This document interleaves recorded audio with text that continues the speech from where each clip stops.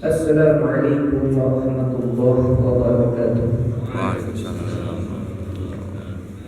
Innal hamdalillah nahmaduhu wa nasta'inuhu wa nastaghfiruh wa na'udzu billahi min shururi anfusina wa min sayyiati a'malina. May yahdihillahu fala mudilla lahu wa may yudlil fala hadiya lahu.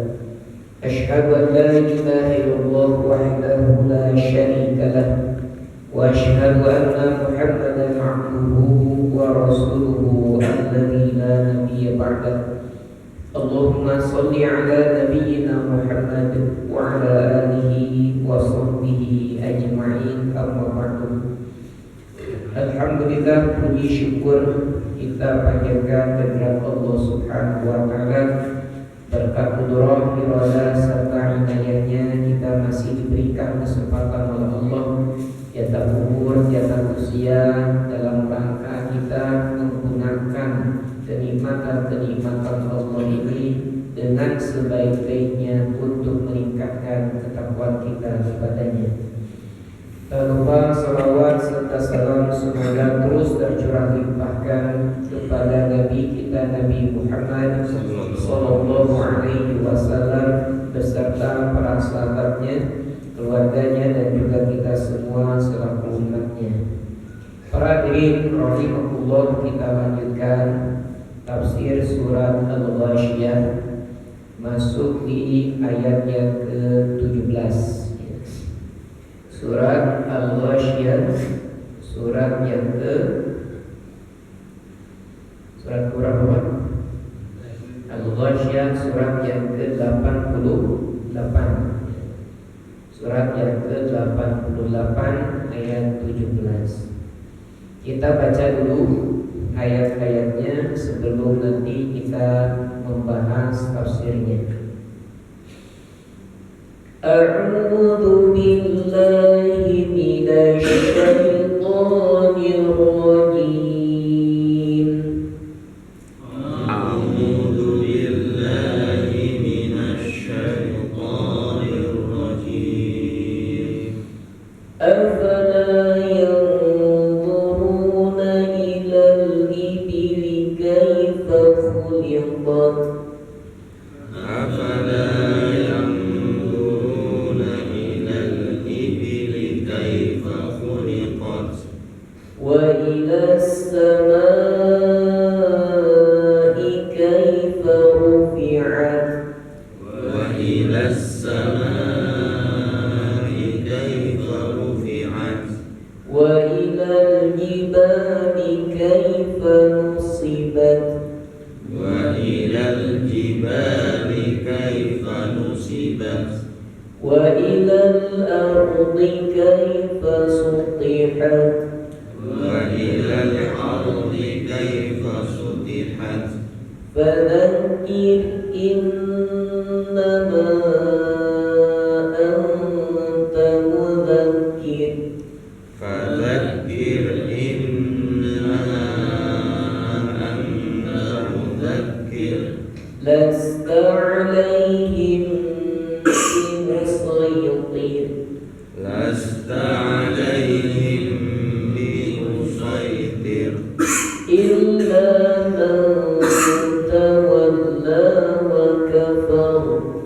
Illa man tawalla wa kafar. Fayu'adzibuhu Allahul 'adzabal akbar. Fayu'adzibuhu Allahul 'adzabal akbar. Inna ilayna iyabahum. Inna ilayna iyabahum. Thumma inna 'alayna hisabahum. Thumma inna 'alayna hisabahum. Ibnu Katsir memberikan sebuah pengantar singkat terkait ayat-ayat yang sudah barusan kita baca. Yaqulu ta'ala amiran ibadahu nadhari fi makhluqatihi ad-dalati ala qudratihi wa 'azimatihi wa 'azamatihi.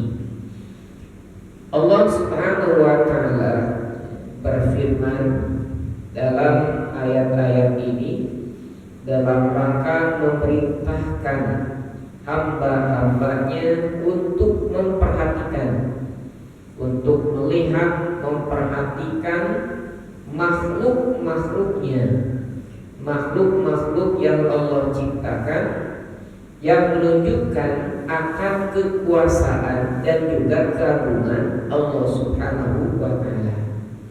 Kalau kita kaitkan dengan ayat sebelumnya terkait dengan gambaran Allah Subhanahu wa taala memberikan kenikmatan-kenikmatan kepada orang-orang yang beriman, orang-orang yang bertakwa dengan surga.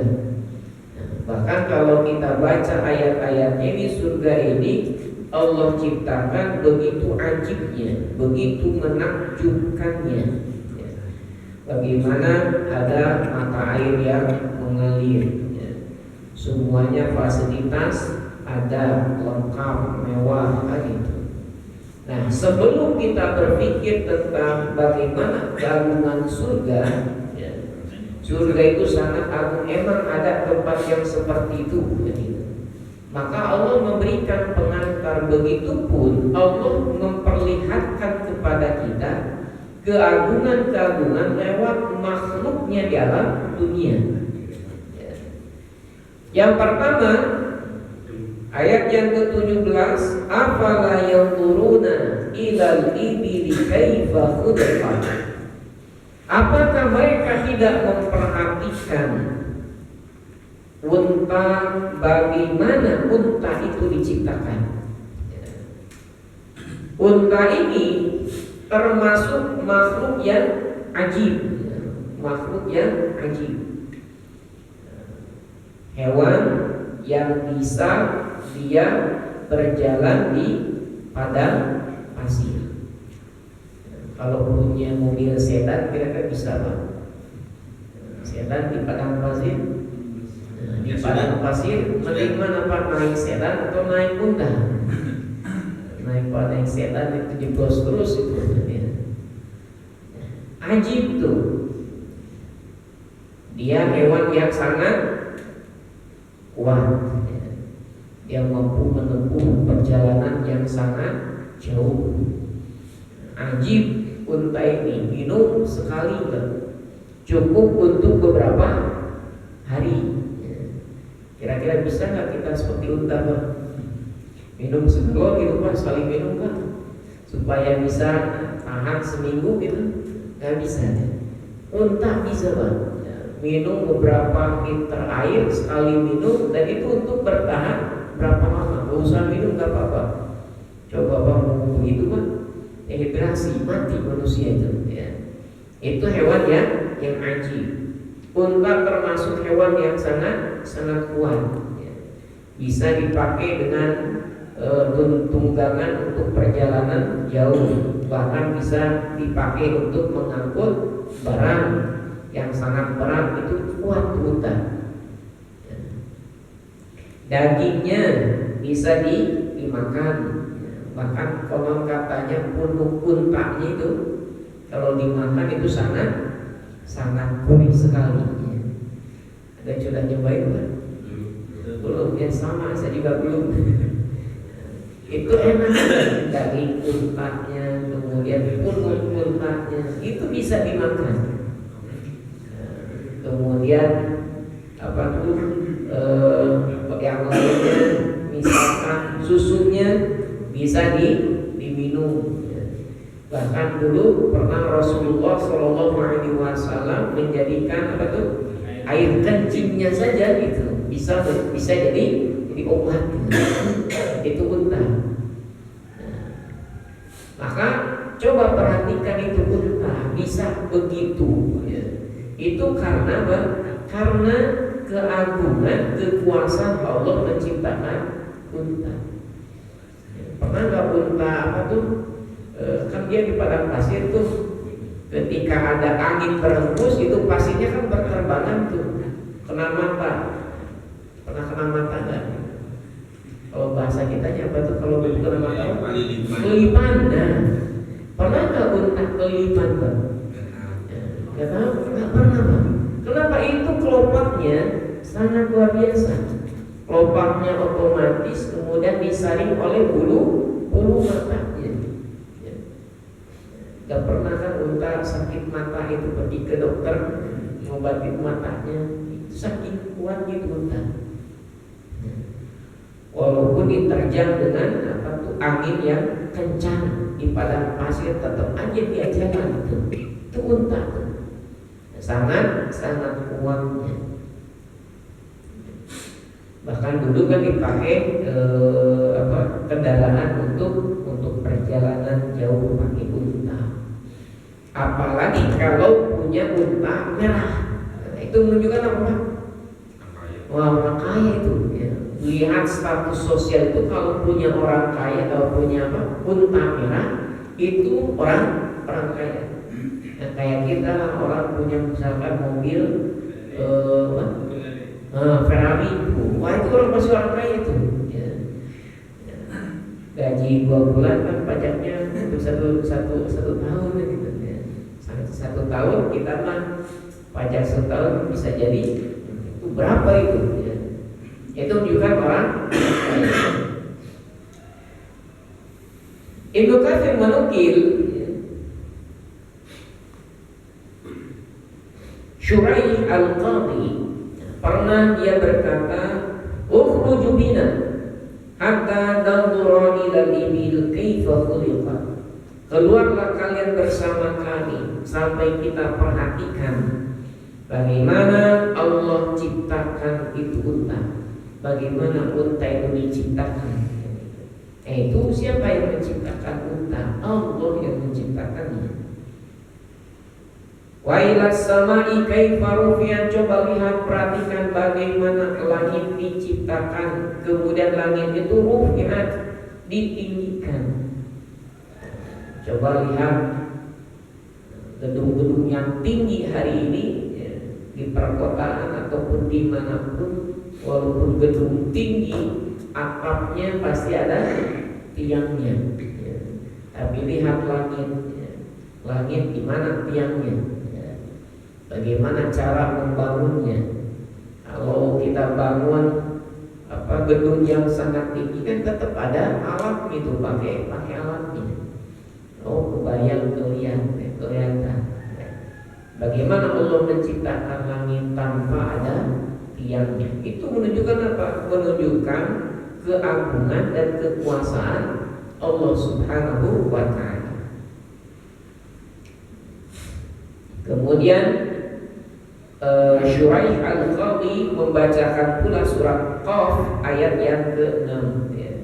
Afalam yanzuru ila samai fawqahum, maka mengapa mereka tidak memperhatikan langit yang Allah ciptakan di atas mereka? Tinggal melihat ke atas kelihatan langit. Dimanapun kita berada, tinggal keluar lihat ke atas ada langit. Bukan hanya di Indonesia, di Malaysia, di Amerika kelihatan langitnya. Sampai di Antartika pun kelihatan langitnya. Maka dimanapun orang bisa menyaksikan langsung keagungan Allah Subhanahu wa ta'ala lewat penciptanya. Kalau ibil ya, belum tentu kan gitu. Karena ibil ini unta hanya banyak di Jazirah Arab. Di kita ada unta? Ada di mana? Hanya di kebun binatang kan gitu. Kalau mau lihat unta ya bisa ke kebun binatang dulu kan gitu. Tapi kalau langit dimanapun kita berada, tinggal lihat ke atas ada langit. Kaifa banainaha, bagaimana kami menciptakannya, membangunnya. Wa zayyanaha, dan kami menghiasi langit itu. Dihiasi oleh apa Pak? Nah, dengan bintang. Wa malaha min furuj, dan tidak ada langit itu retak walaupun sedikit. Tidak ada langit itu retak walaupun retakan kecil. Coba buatan manusia baru. Orang buat rumah baru 1 minggu. Coba cek teman minggunya ada retaknya. Masih ada retaknya walaupun sedikit. Kadang ada saja itu tuh ya, retakan walaupun sedikit. Tapi langit belum pernah ada retaknya, tidak retak. Belum pernah direnovasi. Rumah perlu renovasi, masjid perlu renovasi. Kalau nggak direnov bisa runtuh kan gitu. Coba perhatikan unta, perhatikan langit. Wa ilal jibali kaifa nusibat. Coba juga perhatikan gunung, bagaimana gunung itu ditancapkan. Allah jadikan gunung kokoh, kuat, tetap, supaya bumi tidak berguncang. Maka sebelumnya pernah disampaikan sebuah hadis ketika Allah menciptakan bumi, bumi bergetar, bumi berguncang. Kemudian Allah ciptakan gunung, gunungnya ditancapkan di bumi tersebut, maka bumi menjadi tenang. Supaya kalau buminya tenang, penghuninya pun tenang. Bumi berguncang, penghuninya panik kan itu, dikasih gempa panik itu. Dan Allah pun menjadikan dalam gunung itu apa yang bisa bermanfaat untuk manusia, al-manafir. Ada di gunung itu bisa kita healing ke gunung, apa namanya tuh, hiking ya. Hiking ke gunung, liburan. Kalau mahasiswa ada organisasinya, apa tuh organisasinya? Mapala ya. Mahasiswa pencinta alam tuh naik gunung. Itu gunung tanda kekuasaan Allah ya. Pertanyaannya, kalau orang naik gunung lupa kewajibannya kepada Allah.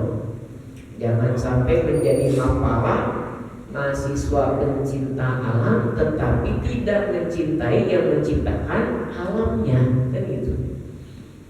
Repot kan gitu. Waktunya sholat tak sholat ya. Hanya bersenang-senang saja melihat keindahan gunungnya ya. Kemudian merasakan ketenangan, udara segar dan lain sebagainya. Ada manfaat-manfaat. Nah, di gunung ada yang tumbuhan, pohon-pohonan. Pohon-pohonan memberikan manfaat, tidak memberikan manfaat oksigennya. Nah, itu kemudian gunung yang pohon-pohonnya besar-besar itu bisa menahan air supaya tidak longsor. Itu manfaat. Allah jadikan gunung ada pohonnya. Kemudian wal ma'adin, di gunung pun ada ma'adin, barang-barang tambang ya. Kalau digali di gunung ketemu barang tambangnya. Contoh apa? Emas kan itu. Di mana tuh? Freeport kan itu ya. Freeport Irian terkenal dengan tambang emasnya ya. Kalau kita kan bayangan kita gunung itu menjulang ke mana tuh? Menjulang ke atas kan itu. Di Irian kemana Pak? Gunung itu sampai ke bawah itu, habis berarti kan gitu.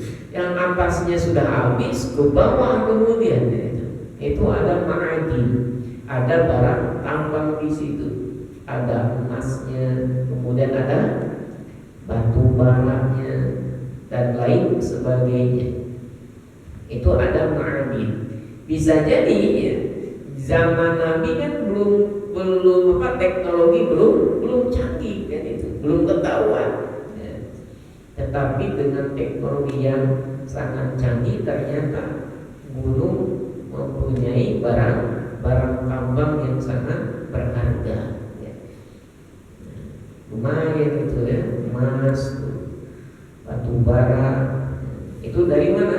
Dari gunung. Maka gunung banyak manfaatnya, banyak barang tambangnya. Perhatikan, itu Allah yang menciptakan.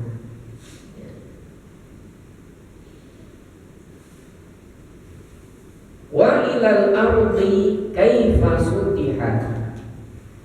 Dan juga perhatikanlah bumi, bagaimana bumi itu dihamparkan.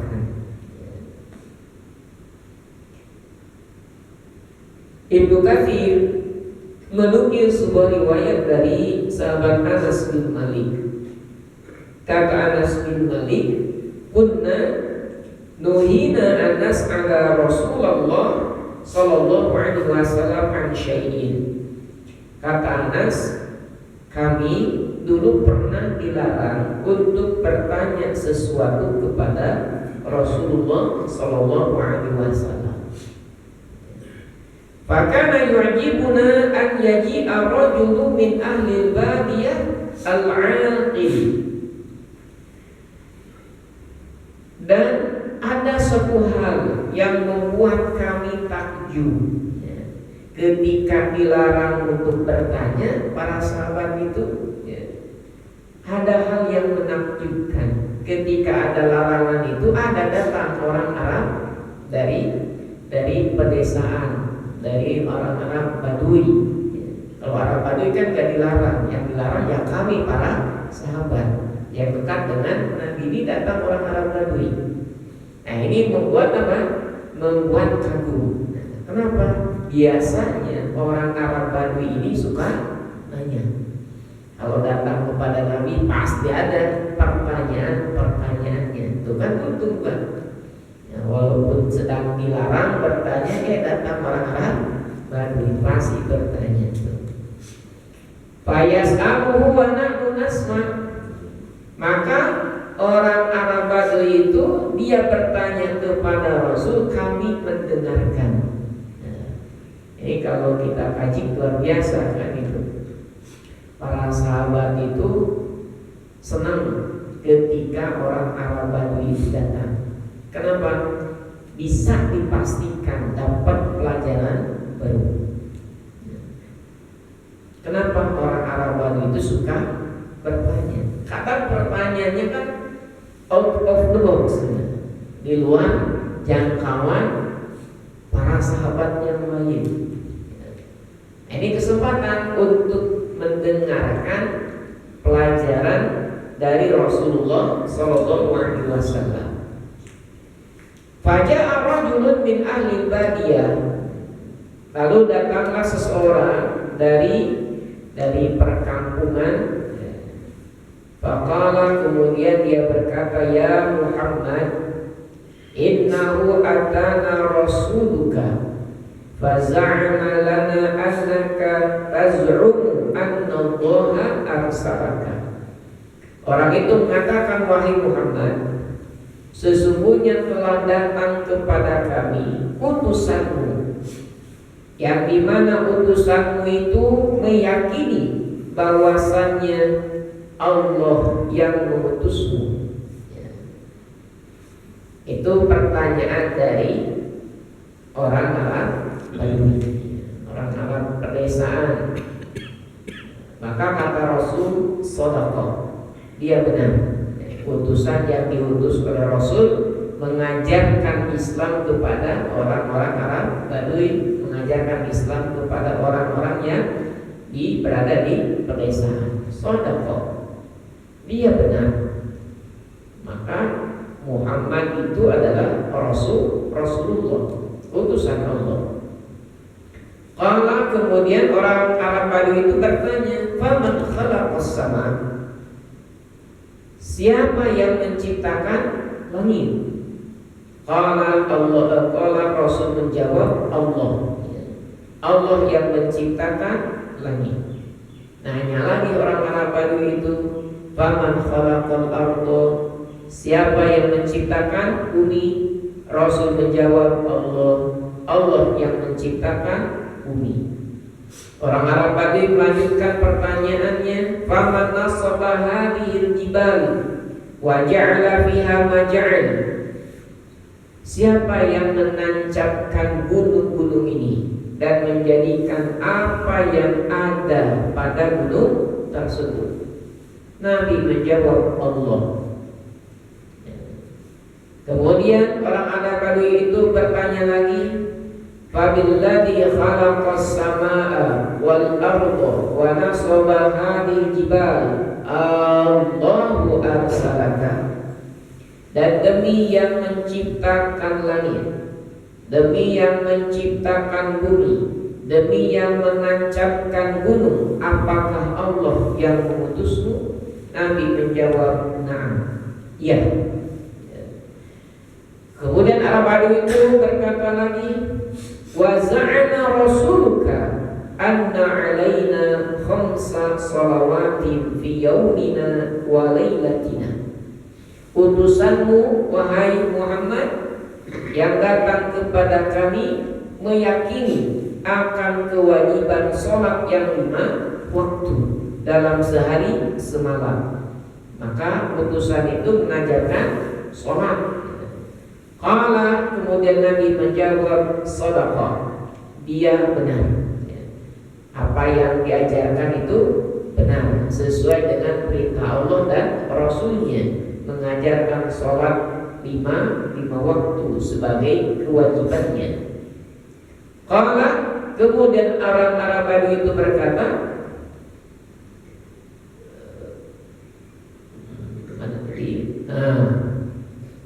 wa za'ana rasuluka anna alaina zakah fi amwalina. Utusan engkau wahai Muhammad itu meyakini bahwa ada kewajiban bagi kami untuk mengeluarkan zakat pada harta-harta kami. Ngajarin sholat, kemudian ngajarin zakat, ada kewajiban zakat untuk harta yang kita sebut dengan zakat mal. Ada haul, ada nusuk, diajarin semuanya. Maka kemudian kata Rasul, shadaqah. Nah, dia benar. Utusan yang diutus oleh Rasul untuk mengajarkan Islam, diantaranya zakat, ya. Qala, kemudian orang Arab Badui itu bertanya lagi, Fabilladzi arsalaka Allahu amaraka bihadza. Demi yang mengutusmu, apakah Allah yang memerintahkanmu ini? Allah yang memerintahkan sholat, Allah yang memerintahkan zakat. Qala na'am, kata Nabi, ya, itu perintah dari Allah. Sholat perintah dari Allah, zakat perintah dari Allah. Sholat yang asalnya berapa kali Pak? 50 kali itu ketika Isra Mi'raj itu, 50 kali. Tetapi sudah di-korting tuh, dikasih diskon sampai 5 kali, yang dimana 5 kali itu sudah sebanding dengan 50 kali. Nah, kan 1 kali kebaikan itu seperti 10 kebaikan, dilipat gandakan 10 kebaikan. Kemudian orang Arab itu mengatakan, wa za'ama rasuluka anna alaina hajjul baiti man istata'a ilaihi sabila. Bahwa utusan engkau wahai Muhammad itu meyakini akan kewajiban ibadah haji bagi yang mampu dalam perjalanannya. Nabi menjawab, shadaqah, dia benar. Apa yang diajarkan terkait dengan haji ini betul, bahwa ibadah haji ini merupakan kewajiban bagi yang mampu. Berarti kalau tidak mampu wajib tidak? Ya tidak mampu. Karena tidak mampu ya tidak wajib.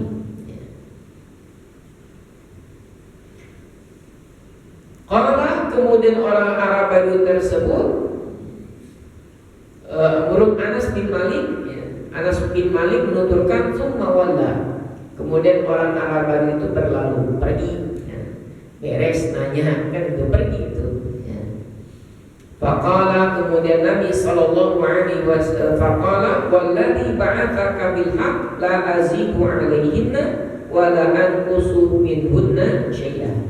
Nah, sebelum dia pergi itu si Arab Badui itu berkata, dan demi yang mengutusmu dengan kebenaran, saya tidak akan menambahkan dan juga saya tidak akan mengurangi. Artinya sholat ya saya akan sholat wajib saja, kan itu. Sholat 5 waktu saja, zakat ya zakat saja, sedekah infaklah ya, cukup yang wajibnya saja. Pergilah tuh orang Arab Badui. Maka Rasulullah Shallallahu Alaihi Wasallam Nabi bersabda, in sadaqa la yadkhulannal jannah.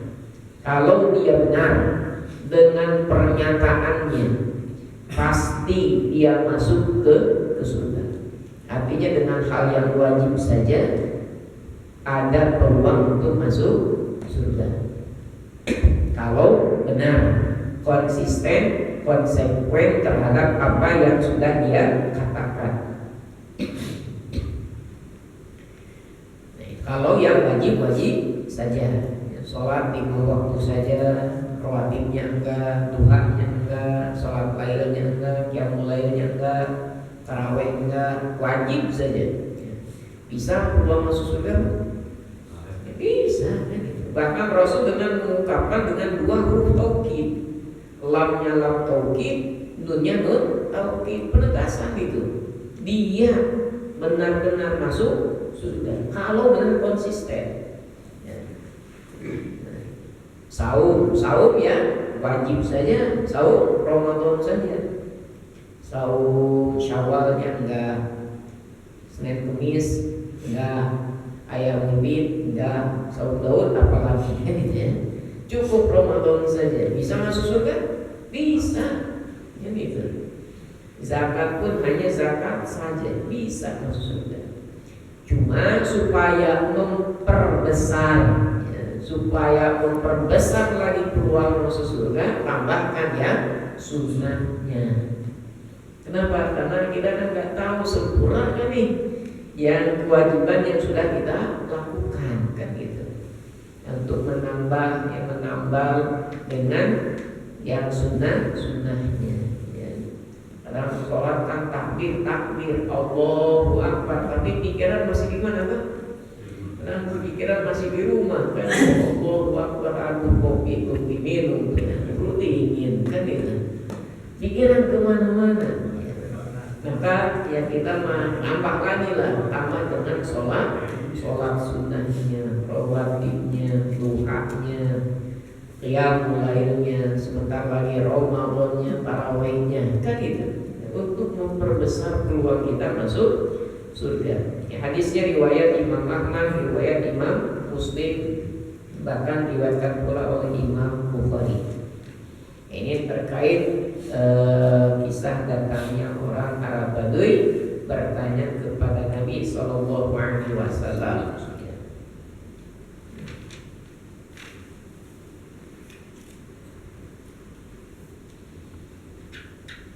Fadzakir innama anta mudzakir. Fadzakir, maka berilah peringatan.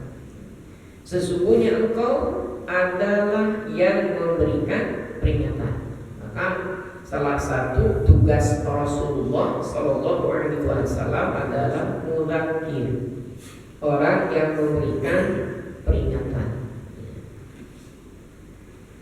Lasta alaihim bimusaitir.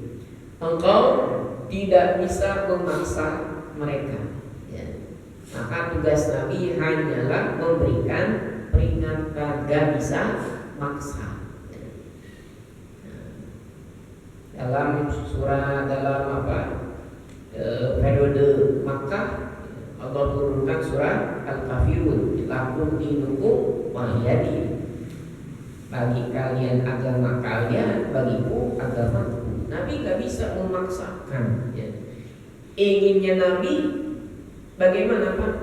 Iman semua atau kafir semua? Inginnya Nabi itu iman semua. Inginnya Nabi itu iman semua. Keinginan Nabi soleh semua atau salah semua? Keinginan Nabi itu inginnya soleh semua. Cuma Cuma bisa nggak dipaksakan ujung semua orang jadi beriman semua? Semua orang amal soleh semua? Nggak bisa. Nabi hanya sebatas mudzakkir, memberikan peringatan. Fadzakir ya Muhammad an-nasa bima ursilta bihi ilaihim.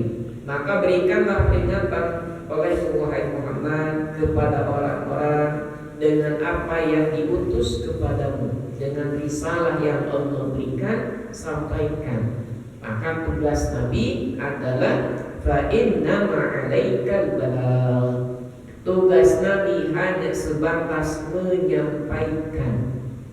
Maka ada istilah apa? Muballigh. Muballigh. Apa itu muballigh?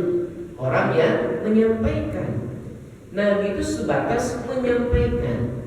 Untuk penerimaannya ya bisa tuh. Nabi memaksakan.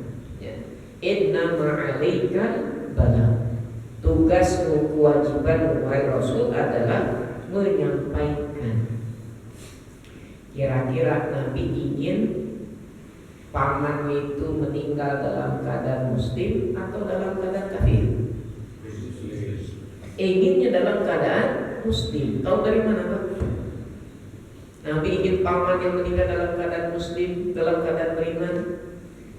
Lihat saja ketika akhir hayat paman beliau Abu Thalib, Nabi menjenguk sampai memberikan peringatan terakhir, mengingatkan kepada pamannya, ya ammi qul la ilaha illallah uhajjuka indallah. Wahai pamanku, katakanlah la ilaha illallah. Itu harapan Nabi itu, supaya pamannya mengucapkan kalimat tauhid, la ilaha illallah. Untuk apa kalimat tauhid itu? Supaya saya bisa membela kelak di hadapan Allah di hari kiamat. Itu harapan Nabi, keinginan Nabi. Bisa nggak Nabi memaksakan kepada Abu Thalib untuk mengucapkan la ilaha illallah? Tidak. Sampai akhir hayatnya Abu Thalib tidak sampai mengucapkan la ilaha illallah. Tidak bisa tuh Nabi memaksakan sama seperti keinginan Nabi. Inna ma'alaikal balagh. Tugasmu hanyalah menyampaikan. Pertanyaannya, Nabi sukses nggak dakwahnya kepada Abu Thalib? Tidak. Sukses nggak dakwah Nabi kepada Abu Thalib? Abu Thalib kan meninggal dalam keadaan kafir. Berarti dakwah Nabi sukses atau gagal? Sukses gagal Pak? Sukses Pak. Ya, sukses. Ya. Kenapa sukses? Karena Nabi terus mengajar. Maka kesuksesan dakwah itu ketika terus mengajar. Dakwah yang gagal ketika berhenti mengajar.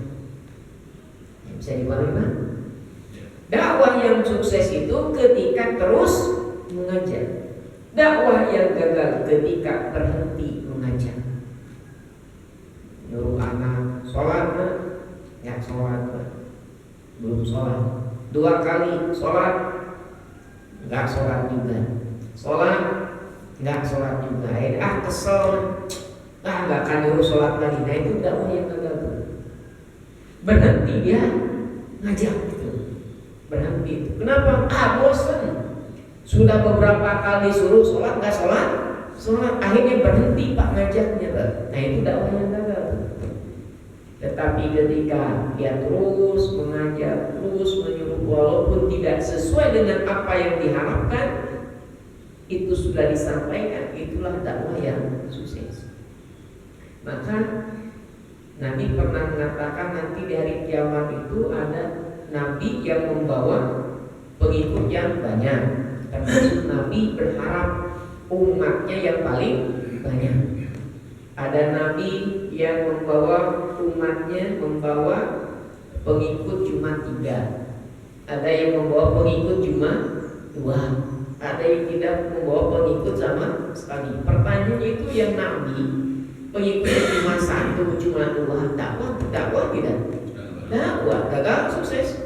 Sukses. Kenapa? Karena terus berdakwah. Nah, maka supaya kita semangat terus berdakwah. Dakwah yang sukses itu dakwah yang terus mengajak terus, bukan berhenti mengajak. Jangan dilihat dari apa? Dari hasilnya. Kenapa? Ketika kita mengajak saja sudah dapat pahala. Kalau tidak ngajak dapat pahala tidak? Enggak. Gitu. Kenapa? Ya nggak ngajak. Nah, minimal kita dapat pahala dari ngajaknya itu. Ya, maka tugas Nabi adalah fa inna ma'alaikal balagh. Tugas engkau wahai Muhammad adalah menyampaikan. Wa 'alainal hisab, dan tugas kami yang menghisab. Tugas kami yang menghitung. Walihada qala, karena itulah Allah menyebutkan lasta 'alaihim bimusaitir. Ibnu Abbas dan yang lainnya menafsirkan lasta 'alaihim bijabbar. Engkau tidak bisa memaksakan kehendak engkau sehingga orang yang diajak itu harus ikut 100% gak bisa. Walaupun harapan Nabi sekali lagi semua orang itu beriman. Harapan Nabi semua orang itu soleh, tetapi Nabi tidak bisa memaksakan itu. Jabir bin Abdullah menuturkan sebuah hadis dari Rasulullah SAW pernah bersabda, umirtu an uqatilan nas hatta yaqulu la ilaha illallah.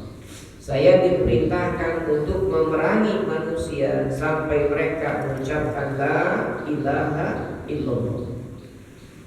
Fa idza qaluha asamu minni dima'ahum wa amwalahum illa bihaqqiha.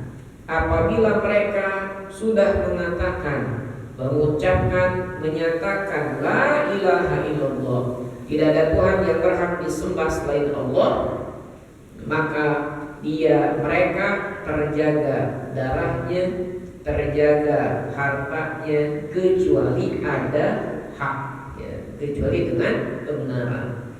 Orang membunuh, walaupun dia mengucapkan la ilaha illallah, ketika hukum hudud ditegakkan, harus dibunuh lagi, hukum qisas.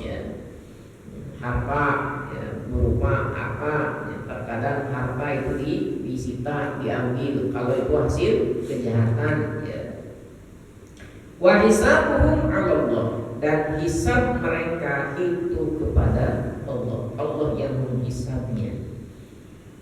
Kemudian Rasulullah SAW membacakan ayat fadzakir innama anta mudzakir lasta 'alaihim bimusaitir illa man tawalla wa kafar, kecuali orang yang berpaling dan juga dia ingkar. Ai tawalla 'anil 'amal bi arkanihi, dia berpaling untuk beramal dengan rukun-rukunnya, tidak mau amal soleh, padahal sudah disampaikan harus beramal soleh. Wa kafara bil haqqi bi jinanihi wa lisanihi, dan juga dia mengingkari kebenaran dengan hatinya dan juga dengan lisannya. Wa hadza ka qawlihi fala saddaqa wa la shalla walakin kadzdzaba wa tawalla. Maka ada orang yang tidak mau membenarkan kepada Nabi sallallahu alaihi wasallam.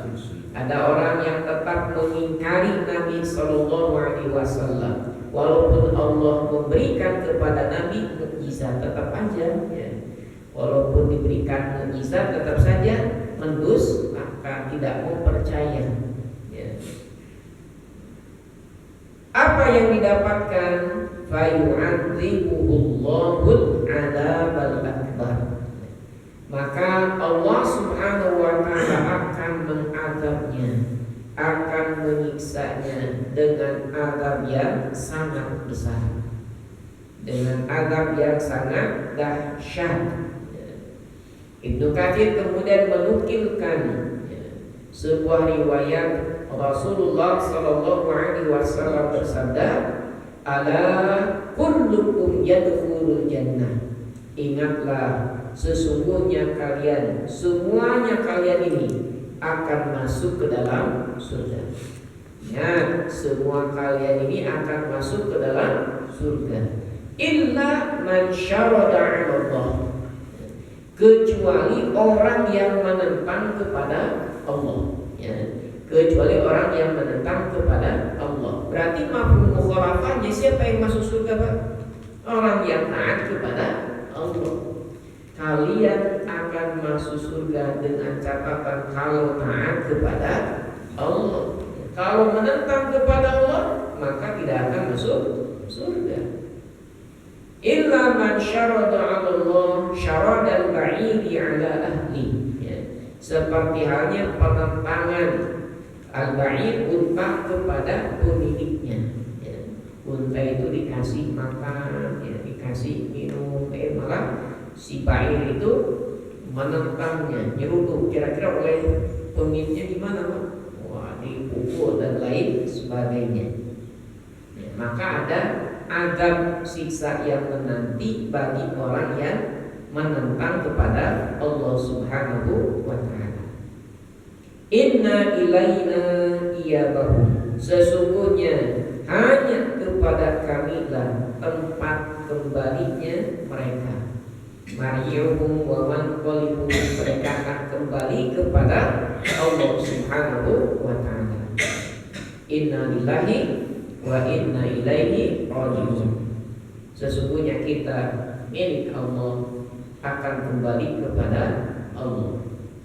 Tsumma inna alaina hisabahum. Sesungguhnya kewajiban kamilah menghisab mereka. Ainahnu muhasibuhum ala a'malihim. Kami yang akan menghisab mereka atas amal perbuatan yang mereka lakukan. Apakah hanya dihisab saja? Tidak. Wa nujazihim biha. Dan kami pun akan memberikan balasan kepada mereka sesuai dengan amal perbuatannya. In khairan fa khairun. Jika amal perbuatannya itu baik, maka balasannya pun akan baik, ya. Maka kelompok yang kedua kemarin begitu, ada wajah-wajah yang na'imah, wujuhu yawma idzin na'imah. Kenapa wajah-wajah pada hari kiamat itu wajahnya penuh dengan kenikmatan? Karena wajah-wajah itulah yang di alam dunia mereka melakukan kebaikan-kebaikan, maka dibalas oleh Allah dengan kebaikan. Wa in syarran fa syarrun. Jikalau amal perbuatannya jelek, amal perbuatannya buruk, maka balasannya pun dengan keburukan. Ini kelompok yang pertama. Wujuhu yawma idzin khashi'ah, wajah-wajah yang tertunduk hina. Kenapa? Karena di alam dunianya dia melakukan keburukan-keburukan, kejelekan-kejelekan, sehingga Allah Subhanahu wa ta'ala balas dengan keburukan, kejelekan di akhirat. Yang berbuat baik Allah siapkan kebaikan dengan fasilitas surganya. Orang yang berbuat kejahatan di alam dunia, Allah siapkan fasilitas yang buruk juga untuk sebagai balasan bagi mereka, yaitu adab siksa di neraka. Na'udzubillahi min dzalik. Para hadirin rahimakumullah, mungkin ini yang bisa disampaikan pada kesempatan kali ini. Mudah-mudahan ada guna serta manfaatnya untuk kita semua sebagai tadzkirah untuk senantiasa meningkatkan kualitas iman kita, kualitas amal soleh kita. Mudah-mudahan semua iman amal soleh kita diterima oleh Allah Subhanahu wa ta'ala dan juga dijauhkan dari api neraka. Akhirul kalam, terakhir kali kita tutup dengan doa kafaratul majlis. Subhanaka Allahumma wa bihamdika asyhadu an la ilaha illa anta astaghfiruka wa atubu ilaik. Wassalamualaikum